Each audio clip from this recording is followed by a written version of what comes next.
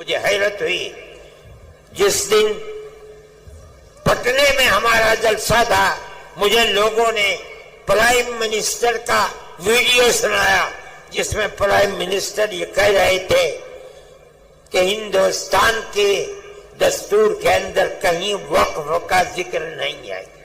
संविधान में वक्फ कानून का कोई स्थान ही नहीं है। मैंने अपने सर को पीटा।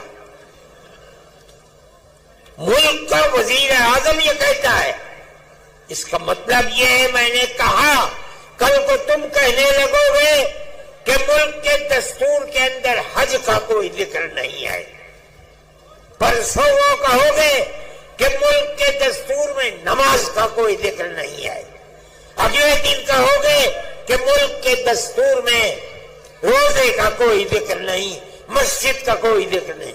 अरे अल्लाह के बंदे, इस्लाम और मजहब की जमानत मुल्क के दस्तूर में दी गई है, ये हमारा मजहब है।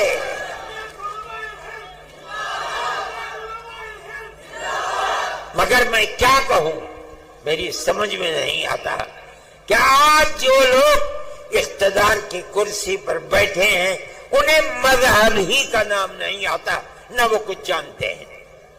हमें हमारे मजहब की जमानत दी गई है, हम इस मुल्क में जिंदा हैं, यहीं मरेंगे, यहीं पैदा हुए।